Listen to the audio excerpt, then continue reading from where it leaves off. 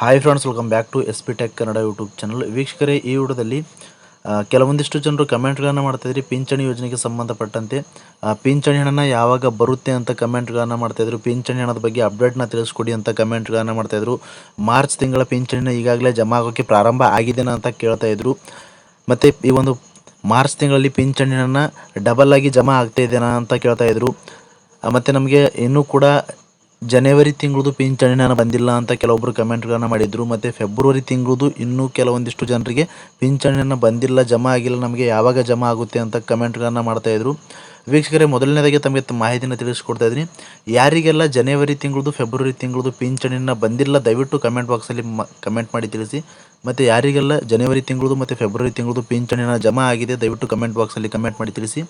ಈ ವಿಡಿಯೋದಲ್ಲಿ ವೀಕ್ಷಕರೇ, ಯಾರಿಗೆಲ್ಲ ಬರೋದಿಲ್ಲ, ಯಾರಿಗೆಲ್ಲ ಜಮಾ ಆಗುತ್ತೆ, ಈ ಒಂದು ಮಾರ್ಚ್ ತಿಂಗಳಲ್ಲಿ ಪಿಂಚಣಿದಾರರಿಗೆ ಏನೆಲ್ಲ ಗುಡ್ ನ್ಯೂಸ್ ಇದೆ ಅಂತ ಕಂಪ್ಲೀಟಾಗಿ ಮಾಹಿತಿನ ತಿಳಿಸ್ಕೊಡ್ತಾ ಇದ್ದೀನಿ. ನೀವು ಸಂಧ್ಯಾ ಸುರಕ್ಷಾ ಯೋಜನೆ ಪಿಂಚಣಿನ ಪಡಿತಾ ಇರ್ಬೋದು, ಅಂಗವಿಕಲ ಪಿಂಚಣಿನ ಪಡಿತಾ ಇರ್ಬೋದು, ಮನಸ್ವಿನಿ ಪಿಂಚಣಿನ ಪಡಿತಾ ಇರ್ಬೋದು, ಮೈತ್ರಿ ಪಿಂಚಣಿನ ಪಡಿತಾ ಇರ್ಬೋದು, ವಿಧವಾ ವೇತನ ಪಿಂಚಣಿನ ಪಡಿತಾ ಇರ್ಬೋದು. ಈ ರೀತಿಯಾಗಿ ಸರ್ಕಾರದ ಕಡೆಯಿಂದ ಯಾವೆಲ್ಲ ಒಂದು ನೀವು ಪಿಂಚಣಿಗಳನ್ನು ಪಡಿತಕ್ಕಂಥವರಿಗೆ ಮಾರ್ಚ್ ತಿಂಗಳಲ್ಲಿ ಏನು ಗುಡ್ ನ್ಯೂಸ್ ಇದೆ ಅಂತ ಕಂಪ್ಲೀಟಾಗಿ ಮಾಹಿತಿನ ತಿಳಿಸ್ಕೊಡ್ತೀನಿ. ಮತ್ತು ಇನ್ನೂ ಕೆಲವೊಂದಿಷ್ಟು ಜನರು ನಮಗೆ ಪಿಂಚಣಿ ಹಣ ಬರ್ತಾ ಇಲ್ಲ, ಕಳೆದ 3-4 ತಿಂಗಳಿಂದ ಪಿಂಚಣಿನ ಬರೋದು ಕಂಪ್ಲೀಟಾಗಿ ಸ್ಟಾಪ್ ಆಗಿದೆ, ನಾವು ಏನು ಮಾಡಬೇಕು, ಏನು ಮಾಡಿದರೆ ಮತ್ತೆ ನಮಗೆ ಪಿಂಚಣಿ ಹಣ ಎಂದೇ ಯಥಾಸ್ಥಿತಿಯಾಗಿ ಬರುತ್ತೆ ಅಂತ ಕೇಳ್ತಾಯಿದ್ರು. ಇದರೆಲ್ಲದರ ಬಗ್ಗೆಯೂ ಕೂಡ ಕಂಪ್ಲೀಟಾಗಿ ಮಾಹಿತಿನ ತಿಳಿಸ್ಕೊಡ್ತಿದ್ದೀನಿ. ಮತ್ತು ಇನ್ನೂ ಕೆಲವೊಂದಿಷ್ಟು ಜನರು ಕಮೆಂಟ್ಗಳನ್ನು ಮಾಡಿದರು. ಈಗಾಗಲೇ ರಾಜ್ಯ ಬಜೆಟ್ ಮಂಡನೆ ಆಗ್ತಾ ಇದೆ, ಈ ಒಂದು ಮಾರ್ಚ್ ತಿಂಗಳಲ್ಲಿ ಪಿಂಚಣಿದಾರರಿಗೆ ಪಿಂಚಣಿನ ಹೆಚ್ಚಳ ಆಗುತ್ತಾ ಈ ಒಂದು ಬಜೆಟಲ್ಲಿ ಅಂತ ಕೇಳ್ತಾಯಿದ್ರು. ಅದ್ರ ಬಗ್ಗೆಯೂ ಕೂಡ ಕಂಪ್ಲೀಟಾಗಿ ಮಾಹಿತಿನ ತಿಳಿಸ್ಕೊಡ್ತಿದ್ದೀನಿ. ಇನ್ನೂ ಯಾರು ವಿಡಿಯೋಗೆ ಲೈಕ್ ಮಾಡಿಲ್ಲ ಅಂತಂದರೆ ವಿಡಿಯೋ ನೋಡುವಂಥ ಪ್ರತಿಯೊಬ್ಬರು ಕೂಡ ತಪ್ಪದೇ ವಿಡಿಯೋಗೆ ಲೈಕ್ ಮಾಡಿ. ವಿಡಿಯೋಗೆ ಲೈಕ್ ಮಾಡಿದ ತಕ್ಷಣ ಹೈಪ್ ಅನ್ನೋ ಆಪ್ಷನ್ ಕೂಡ ಬರುತ್ತೆ, ಅದನ್ನು ಕೂಡ ಕ್ಲಿಕ್ ಮಾಡಿ. ಮತ್ತು ಇನ್ನೂ ಯಾರು ನಮ್ಮ ಒಂದು ಯೂಟ್ಯೂಬ್ ಚಾನಲ್ನ ಸಬ್ಸ್ಕ್ರೈಬ್ ಆಗಿಲ್ಲ ಅಥವಾ ಹೊಸದಾಗಿ ಯಾರಾದರೂ ನಮ್ಮ ಒಂದು ಯೂಟ್ಯೂಬ್ ಚಾನಲ್ನ ನೋಡ್ತಾ ಇದ್ರಿ ಅಂತಂದರೆ ದಯವಿಟ್ಟು ಸಬ್ಸ್ಕ್ರೈಬ್ ಅನ್ನೋ ಆಪ್ಷನ್ ಇರುತ್ತೆ, ಇಲ್ಲಿ ಸ್ಕ್ರೀನ್ ಮೇಲೆ ನೋಡ್ಕೋಬೋದು. ಸಬ್ಸ್ಕ್ರೈಬ್ ಆಪ್ಷನ್ ಮೇಲೆ ಕ್ಲಿಕ್ ಮಾಡಿ. ಸಬ್ಸ್ಕ್ರೈಬ್ ಆಪ್ಷನ್ ಮೇಲೆ ಕ್ಲಿಕ್ ಮಾಡಿದ ನಂತರ ಮತ್ತೆ ಒಂದು ಸಾರಿ ಸಬ್ಸ್ಕ್ರೈಬ್ ಆಪ್ಷನ್ ಮೇಲೆ ಕ್ಲಿಕ್ ಮಾಡಿ, ಅಲ್ಲಿ ಆಲ್ ಅನ್ನೋ ಆಪ್ಷನ್ನ ಸೆಲೆಕ್ಟ್ ಮಾಡ್ಕೊಳ್ಳಿ.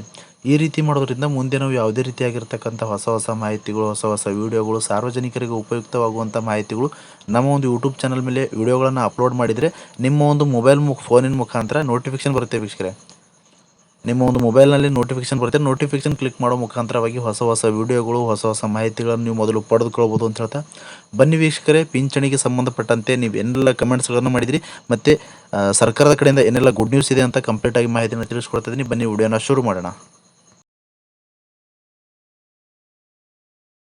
ವೀಕ್ಷಕರೇ, ಮೊದಲನೇದಾಗಿ ನಾನು ಇವಾಗ ಏನೆಲ್ಲ ಒಂದು ಮಾಹಿತಿಗಳನ್ನು ಎಕ್ಸ್ಪ್ಲೇನ್ ಮಾಡಿದ್ದೀನಿ ತಮಗೆ, ಎಲ್ಲವೂ ಕೂಡ ಒಂದೊಂದಾಗಿ ತಮಗೆ ಕಂಪ್ಲೀಟಾಗಿ ಮಾಹಿತಿನ ತಿಳಿಸ್ಕೊಡ್ತಾ ಇದ್ದೀನಿ. ಮೊದಲನೇದಾಗಿ ಏನು ಗುಡ್ ನ್ಯೂಸ್ ಇದೆ ಅಂತ ನೋಡೋದಾದರೆ, ಈ ಒಂದು ಮಾರ್ಚ್ ತಿಂಗಳಲ್ಲಿ ಯಾರಿಗೆಲ್ಲ ಜನವರಿ ತಿಂಗಳದು ಮತ್ತು ಫೆಬ್ರವರಿ ತಿಂಗಳದು ಪಿಂಚಣಿನ ಬಂದಿಲ್ಲ, ನಮಗೆ ಇನ್ನೂ ಕೂಡ ಜಮಾ ಆಗಿಲ್ಲ ಅಂತ ಕಮೆಂಟ್ಗಳನ್ನು ಮಾಡ್ತಾಯಿದ್ರಿ, ಅಂಥವರಿಗೆ ಗುಡ್ ನ್ಯೂಸ್ ಅಂತಲೇ ಹೇಳ್ಬೋದು. ಯಾಕೆ ಅಂತಂದರೆ, ಈಗಾಗಲೇ ಫೈನಾನ್ಸಿಯಲ್ ಇಯರ್ ಎಂಡ್ ಮಂತ್ ಇರೋದ ಕಾರಣಕ್ಕಾಗಿ ಈ ಒಂದು ಮಾರ್ಚ್ ತಿಂಗಳಲ್ಲಿ ಯಾರ್ದೆಲ್ಲ ಒಂದು ಪಿಂಚಣಿಗಳನ್ನು ಪೆಂಡಿಂಗ್ ಇದ್ದಾವೆ, ಬಂದಿಲ್ಲ, ಸರ್ಕಾರದ ಕಡೆಯಿಂದ ಜಮಾ ಆಗಿಲ್ಲ, ಕಾರಣಾಂತರಗಳಿಂದ ಪಿಂಚಣಿದಾರರಿಗೆ ಪಿಂಚಣಿನ ಬಂದಿಲ್ಲ ಅಂತಂದರೆ, ಜನವರಿ ತಿಂಗಳದು ಮತ್ತು ಫೆಬ್ರವರಿ ತಿಂಗಳದು ಹಣನ ಯಾರಿಗೆಲ್ಲ ಹೋಲ್ಡ್ ಆಗಿ ನಿಂತಿದೆ, ಹಣನ ಬಂದಿಲ್ಲ ಅಂತಂದರೆ ಅಂಥವರಿಗೆ ಸರ್ಕಾರದ ಕಡೆಯಿಂದನೇ ಈ ಒಂದು ಮಾರ್ಚ್ ತಿಂಗಳಲ್ಲಿ ಪಿಂಚಣಿ ಹಣ ಜಮಾ ಆಗ್ತಾ ಇರುವಂಥದ್ದು ವೀಕ್ಷಕರೇ. ಯಾಕೆ ಅಂತಂದರೆ, ಇವಾಗ ಫೈನಾನ್ಸಿಯಲ್ ಇಯರ್ ಎಂಡ್ ಮಂತ್ ಇರುವ ಕಾರಣಕ್ಕಾಗಿ ಈ ಒಂದು ಮಾರ್ಚ್ ತಿಂಗಳಲ್ಲೇ ಎಲ್ಲವೂ ಕೂಡ ಕ್ಲಿಯರ್ ಮಾಡ್ತಾರೆ ವೀಕ್ಷಕರೇ. ಮತ್ತು ಏಪ್ರಿಲಿಂದ ಮತ್ತು ಫೈನಾನ್ಸಿಯರ್ ಇಯರ್ ಸ್ಟಾರ್ಟ್ ಆಗುತ್ತೆ. ಹೀಗಾಗಿ ಮಾರ್ಚ್ ತಿಂಗಳವರೆಗೂ ಕೂಡ ಕಂಪ್ಲೀಟಾಗಿ ಯಾವೆಲ್ಲ ಒಂದು ಪೆಂಡಿಂಗ್ ಇದ್ದಾವೆ, ಯಾರ್ದು ಹಣನ ಪೆಂಡಿಂಗ್ ಇದೆ, ಮತ್ತು ಯಾವೆಲ್ಲ ಒಂದು ಯೋಜನೆಗಳಿಗೆ ಇನ್ನೂ ಕೂಡ ಹಣನ ಪೆಂಡಿಂಗ್ ಇತ್ತು ಅಂತಂದರೆ ಎಲ್ಲವೂ ಕೂಡ ಈ ಒಂದು ಮಾರ್ಚ್ ತಿಂಗಳಲ್ಲಿ ಕ್ಲಿಯರ್ ಮಾಡೋದಕ್ಕೆ ಮಾಡ್ತಾರೆ ವೀಕ್ಷಕರೇ.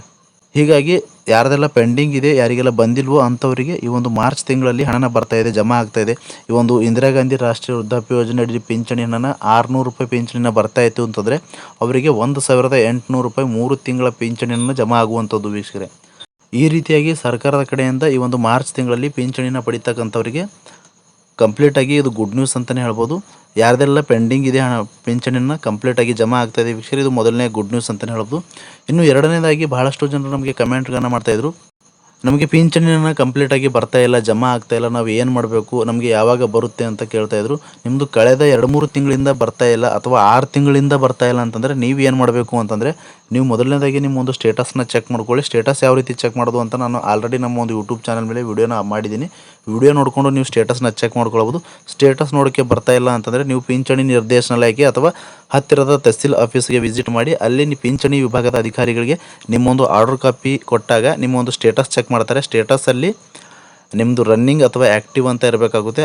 ಅಂತಂದರೆ ನಿಮ್ಮದು ಪಿಂಚಣಿ ಚಾಲ್ತಿಯಲ್ಲಿರುತ್ತೆ ವೀಕ್ಷಕರೇ.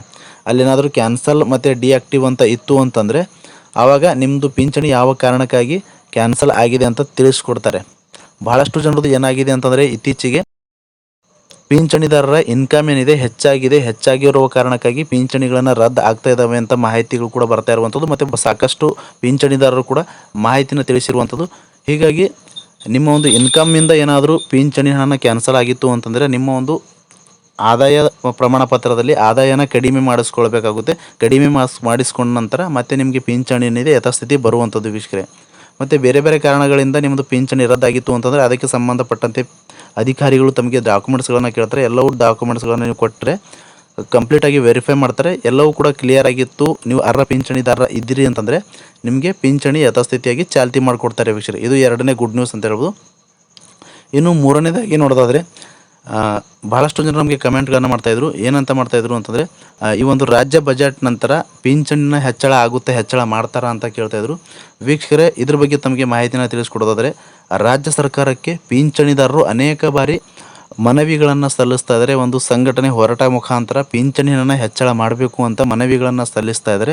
ಆದರೆ ಇವಾಗ ಕಾದು ನೋಡಬೇಕಾಗುತ್ತೆ ವೀಕ್ಷಕರು, ಈ ಒಂದು ರಾಜ್ಯ ಬಜೆಟ್ನಲ್ಲಿ ಯಾವೆಲ್ಲ ಒಂದು ಇಲಾಖೆಗೆ ಎಷ್ಟೆಷ್ಟು ಬಜೆಟ್ಗಳನ್ನು ಮಂಡನೆ ಮಾಡ್ತಾ ಇದ್ದಾರೆ, ಬಜೆಟ್ಗಳನ್ನು ನಿಗದಿಪಡಿಸ್ತಾ ಇದ್ದಾರೆ, ಹಣನ ಮೀಸಲಿಡ್ತಾ ಇದ್ದಾರೆ ಅಂತ ಕಂಪ್ಲೀಟಾಗಿ ಗೊತ್ತಾಗುವಂಥದ್ದು. ಭಾಳಷ್ಟು ಬಾರಿ ಈ ಒಂದು ಅಂಗವಿಕಲರಾಗಿರ್ಬೋದು, ವೃದ್ಧಾಪ್ಯ ಯೋಜನೆ ಪಿಂಚಣಿನ ಪಡಿತಕ್ಕಂಥವ್ರಾಗಿರ್ಬೋದು, ಭಾಳಷ್ಟು ಜನರು ಪಿಂಚಣಿಯನ್ನು ಇನ್ನೂ ಕೂಡ ಹೆಚ್ಚಳ ಮಾಡಬೇಕು, ಬೇರೆ ಬೇರೆ ರಾಜ್ಯದಲ್ಲಿ ಪಿಂಚಣಿಯನ್ನು ಹೆಚ್ಚಳ ಕೊಡ್ತಾ ಇದ್ದಾರೆ, ನಮ್ಮ ರಾಜ್ಯದಲ್ಲಿ ಯಾವುದೇ ರೀತಿಯಾಗಿರ್ತಕ್ಕಂಥ ಪಿಂಚಣಿಯನ್ನು ಹೆಚ್ಚಳ ಆಗ್ತಾ ಇಲ್ಲ. ಯಾಕೆ ಅಂತಂದರೆ ಇವಾಗ ಎಲ್ಲವೂ ಕೂಡ ಒಂದು ಜೀವನ ನಡೆಸಬೇಕಂತಂದರೆ ಬಹಳಷ್ಟು ಒಂದು ವಸ್ತುಗಳು ದುಬಾರಿ ಆಗಿರುವ ಕಾರಣಕ್ಕಾಗಿ ಈ ಒಂದು ಹಣ ನಮ್ಮ ಒಂದು ಜೀವನ ನಡೆಸೋದಕ್ಕೋಸ್ಕರ ಯಾವುದೇ ರೀತಿಯಾಗಿರ್ತಕ್ಕಂಥ ಸಾಕಾಗ್ತಾ ಇಲ್ಲ. ನಮಗೆ ಪಿಂಚಣಿ ಹಣನ ಹೆಚ್ಚಳ ಮಾಡಿದರೆ ನಮಗೆ ಜೀವನಕ್ಕೆ ಅನುಕೂಲ ಆಗುತ್ತೆ ಅಂತ ಬಹಳಷ್ಟು ಬಾರಿ ಸರ್ಕಾರಕ್ಕೆ ಒಂದು ಮನವಿಗಳನ್ನು ಸಲ್ಲಿಸಿದ್ದಾರೆ ವೀಕ್ಷಕರೇ. ಈ ಒಂದು ಮನವಿಗೆ ಸ್ಪಂದನೆ ಕೊಟ್ಟು ಸರ್ಕಾರ ಒಂದು ಗಮನ ಕೊಟ್ಟು ಪಿಂಚಣಿದಾರರಿಗೆ ಪಿಂಚಣಿ ಹಣ ಹೆಚ್ಚಳ ಮಾಡಿದರು ಅಂತಂದರೆ ನಾನು ಖಂಡಿತವಾಗಿಯೂ ಬಜೆಟ್ ಮಂಡನೆ ನಂತರ ನಾನು ವಿಡಿಯೋ ಮುಖಾಂತರ ತಮಗೆ ಮಾಹಿತಿಯನ್ನು ತಿಳಿಸ್ಕೊಡ್ತೀನಿ ಅಂತ ಹೇಳ್ತಾ, ಇನ್ನೂ ಯಾವುದೇ ರೀತಿಯಾಗಿರ್ತಕ್ಕಂಥ ಸರ್ಕಾರದ ಕಡೆಯಿಂದ ಪಿಂಚಣಿ ಹಣದ ಬಗ್ಗೆ ಯಾವುದೇ ರೀತಿಯಾಗಿರ್ತಕ್ಕಂಥ ಹೆಚ್ಚಳ ಮಾಡೋದಕ್ಕೆ ಯಾವುದೇ ರೀತಿಯಾಗಿರ್ತಕ್ಕಂಥ ಆದೇಶಗಳು ಬಂದಿಲ್ಲ. ಬಜೆಟ್ ಮಂಡನೆ ನಂತರ ಎಲ್ಲವೂ ಕೂಡ ಗೊತ್ತಾಗುವಂಥದ್ದು. ಬಜೆಟ್ ಮಂಡನೆ ಆದ ನಂತರ ನಾನು ವಿಡಿಯೋ ಮುಖಾಂತರ ತಮಗೆ ಮಾಹಿತಿಯನ್ನು ತಿಳಿಸ್ಕೊಡ್ತೀನಿ ಅಂತ ಹೇಳ್ತಾ, ಕೊನೆಯದಾಗಿ ಭಾಳಷ್ಟು ಜನರು ನಮಗೆ ಕಮೆಂಟ್ಗಳನ್ನು ಮಾಡ್ತಾಯಿದ್ರು. ಏನಂತ ಮಾಡ್ತಾಯಿದ್ರು ಅಂತಂದರೆ ಮಾರ್ಚ್ ತಿಂಗಳ ಪಿಂಚಣಿನ ಯಾವಾಗ ಬರುತ್ತೆ, ಜಮಾ ಆಗುತ್ತೆ ಅಂತ ಕೇಳ್ತಾಯಿದ್ರು. ಇದ್ರ ಬಗ್ಗೆ ಅಪ್ಡೇಟ್ನ ಮಾಹಿತಿಯನ್ನು ತಿಳಿಸ್ಕೊಡಿ ಅಂತ ಕೇಳ್ತಾಯಿದ್ರು. ಮಾರ್ಚ್ ತಿಂಗಳ ಪಿಂಚಣಿ ಹಣದ ಬಗ್ಗೆ ಹೇಳೋದಾದರೆ ಯಾರೆಲ್ಲ ಒಂದು ಮಾರ್ಚ್ ತಿಂಗಳ ಪಿಂಚಣಿ ಹಣಕ್ಕಾಗಿ ವೇಟ್ ಮಾಡ್ತಾಯಿದ್ರಿ ಅಂಥವ್ರಿಗೆ ಗುಡ್ ನ್ಯೂಸ್ ಅಂತಲೇ ಹೇಳ್ಬೋದು ವೀಕ್ಷಕರೇ. ಈ ವಾರದಲ್ಲಿ ನಿಮಗೆ ಪಿಂಚಣಿ ಹಣ ಜಮಾ ಆಗ್ತಾಯಿದೆ ವೀಕ್ಷಕರೇ. ಈ ವಾರದಲ್ಲಿ ಬಿಡುಗಡೆ ಆಯಿತು ಅಂತಂದರೆ ಪ್ರತಿಯೊಬ್ಬರಿಗೂ ಜಮಾ ಆಗೋಕ್ಕೆ ಸುಮಾರು 10 ದಿನಗಳವರೆಗೆ ಒಂದು ಟೈಮ್ನ ಬೇಕಾಗುವಂಥದ್ದು ವೀಕ್ಷಕರೇ. ಕಳೆದ ಬಾರಿ ಬಹಳಷ್ಟು ಜನರಿಗೆ ಪಿಂಚಣಿಯನ್ನು ಜಮಾ ಆಗಬೇಕು ಅಂತಂದರೆ 10 ದಿನಗಳವರೆಗೂ ಕೂಡ ಒಂದು ಸಮಯನ ತೆಗೆದುಕೊಂಡಿರುವಂಥದ್ದು.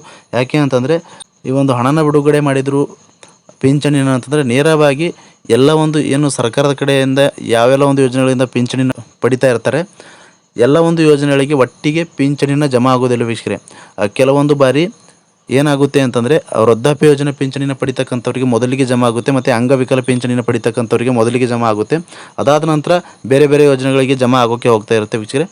ಸರ್ಕಾರದ ಕಡೆಯಿಂದ ಹಣನ ಬಿಡುಗಡೆ ಆದಮೇಲೆ ಸುಮಾರು 5 ದಿನಗಳವರೆಗೆ ಟೈಮ್ನ ತೆಗೆದುಕೊಳ್ಳುವಂಥದ್ದು. ಅಂದರೆ 90% ಫಲಾನುಭವಿಗಳಿಗೆ ಒಂದು ಹಣನ ಜಮಾ ಆಗಬೇಕು ಅಂತಂದರೆ 5 ದಿನಗಳ ಸಮಯನ ಬೇಕಾಗುವಂಥದ್ದು. ಇವತ್ತು ಸಂಜೆ ಜಮಾ ಆದರೆ ಕೆಲವೊಬ್ಬರಿಗೆ ನಾಳೆ ಮಾರ್ನಿಂಗ್ ಜಮಾ ಆಗುತ್ತೆ. ಈ ರೀತಿಯಾಗಿ ಸರ್ಕಾರದ ಕಡೆಯಿಂದಲೇ ಹಣನ ಜಮಾ ಆಗ್ತಾ ಇರುವಂಥದ್ದು. ಹೀಗಾಗಿ ಯಾರೂ ಕೂಡ ನಮಗೆ ಇನ್ನೂ ಕೂಡ ಮಾರ್ಚ್ ತಿಂಗಳ ಪಿಂಚಣಿನ ಬಂದಿಲ್ಲ, ಬರುತ್ತಾ ಇಲ್ವಾ, ಮತ್ತು ನಮ್ಮದು ಕಳೆದ ತಿಂಗಳದು ಬಂದಿಲ್ಲ ಅಂತ ಕಮೆಂಟ್ಗಳನ್ನು ಮಾಡ್ತಾಯಿದ್ರು. ಮಾರ್ಚ್ ತಿಂಗಳ ಪಿಂಚಣಿ ಹಣನ ಈ ವಾರದ ಒಳಗಾಗಿ ನಮಗೆ ಜಮಾ ಆಗ್ತಾಯಿದೆ ವೀಕ್ಷಕರೇ. ಅಂತಂದರೆ ಈ ವಾರದ ಒಳಗೆ ಅಂತಂದರೆ ನಿಮಗೆ 9ನೇ ತಾರೀಕು ಒಳಗೆ ನಿಮಗೆ ಪಿಂಚಣಿನ ಜಮಾ ಆಗುತ್ತೆ ಅಂತ ಸರ್ಕಾರದ ಮೂಲಗಳಿಂದ ಮಾಹಿತಿನ ಬಂದಿರುವಂಥದ್ದು. ಬಂದಿರತಕ್ಕಂಥ ಅಪ್ಡೇಟ್ನ ತಮಗೆ ತಿಳಿಸ್ಕೊಟ್ಟಿದ್ದೀನಿ. ಮತ್ತೆ ಏನಾದರೂ ಡೌಟ್ಸ್ ಇದ್ದರೂ ಕೂಡ ಕಮೆಂಟ್ ಬಾಕ್ಸಲ್ಲಿ ಕಮೆಂಟ್ ಮಾಡಿ. ಇವಾಗ ಏನು ಗುಡ್ ನ್ಯೂಸ್ ಅಂತಲೇ ಹೇಳೋದು ಅಂದರೆ ಯಾರ್ದೆಲ್ಲ ಪೆಂಡಿಂಗ್ ಪಿಂಚಣಿ ಹಣ ಇದೆ ಅದು ಕೂಡ ಕಂಪ್ಲೀಟಾಗಿ ಈ ಒಂದು ಮಾರ್ಚ್ ತಿಂಗಳಲ್ಲಿ ನಿಮಗೆ ಕ್ರೆಡಿಟ್ ಆಗ್ತಾ ಇರುವಂಥದ್ದು, ಜಮಾ ಆಗ್ತಾ ಇರುವಂಥದ್ದು ಸರ್ಕಾರದ ಕಡೆಯಿಂದ. ಇಷ್ಟು ಒಂದು ಪಿಂಚಣಿ ಯೋಜನೆಗೆ ಸಂಬಂಧಪಟ್ಟಂತೆ ನೀವು ಏನೆಲ್ಲ ಕಮೆಂಟ್ಸ್ಗಳನ್ನು ಮಾಡಿದಿರಿ, ಡೌಟ್ಸ್ಗಳನ್ನು ಕೇಳಿದಿರಿ ಮತ್ತು ಅಪ್ಡೇಟ್ಗಳನ್ನು ಕೇಳಿದಿರಿ, ಎಲ್ಲವೂ ಕೂಡ ಸ್ಟೆಪ್ ಬೈ ಸ್ಟೆಪ್ ತಮಗೆ ವಿವರವಾಗಿ ಮಾಹಿತಿಯನ್ನು ತಿಳಿಸ್ಕೊಟ್ಟಿದ್ದೀನಿ. ಮತ್ತೇನಾದರೂ ಡೌಟ್ಸ್ ಇದ್ದರೂ ಕೂಡ ಕಮೆಂಟ್ ಬಾಕ್ಸಲ್ಲಿ ಕಮೆಂಟ್ ಮಾಡಿ. ಅಂತಹ ಕಮೆಂಟ್ಗಳಿಗೆ ನಾನು ಆದಷ್ಟು ರಿಪ್ಲೈ ಮಾಡೋದಕ್ಕೆ ಪ್ರಯತ್ನ ಮಾಡ್ತೀನಿ ಅಂತ ಹೇಳ್ತಾ, ಫ್ರಮ್ ಬಿಗಿನಿಂಗಿಂದ ಎಂಡ್ವರೆಗೂ ಈ ಒಂದು ವಿಡಿಯೋನ ಮಿಸ್ ಮಾಡದೆ ಕಡೆ ತನಕ ವಾಚ್ ಮಾಡಿದಂಥ ಪ್ರತಿಯೊಬ್ಬರಿಗೂ ಕೂಡ ಹೃದಯಪೂರ್ವಕ ಧನ್ಯವಾದಗಳು ಸ್ನೇಹಿತರೆ. ಮತ್ತೆ ಇದೇ ರೀತಿಯಾಗಿರ್ತಕ್ಕಂಥ ಮಾಹಿತಿಯೊಂದಿಗೆ ಭೇಟಿ ಆಗ್ತಿರೋಣ. ಅಲ್ಲಿವರೆಗೂ ನಮಸ್ಕಾರ.